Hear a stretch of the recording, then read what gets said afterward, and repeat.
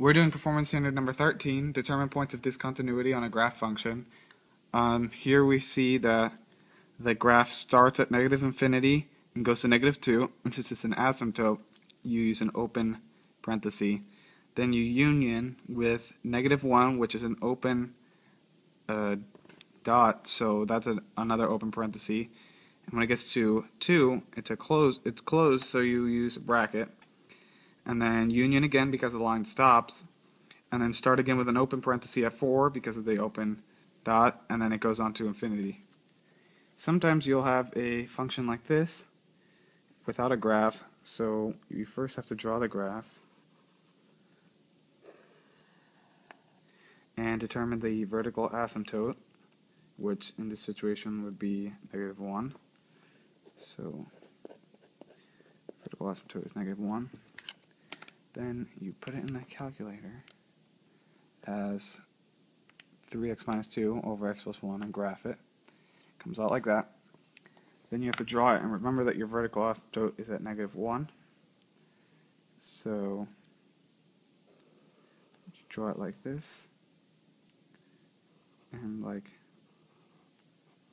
this, as the graph shows. And since you have an asymptote at negative 1, that means the graph stops. So it's continuous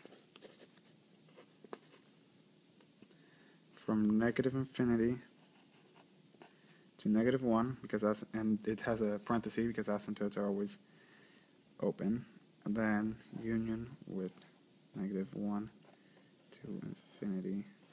For this last graph, you might get something like this: f of x equals x plus 4 minus 2. So you would put that in the calculator as absolute value of x plus 4 minus 2 and graph it. And you see that the graph never discontinues, it's all continuous. So you would graph it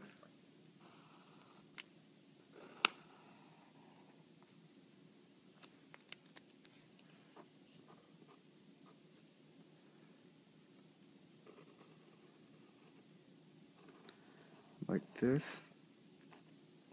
And since it is all continuous, you have no discontinuity, so it will be continuous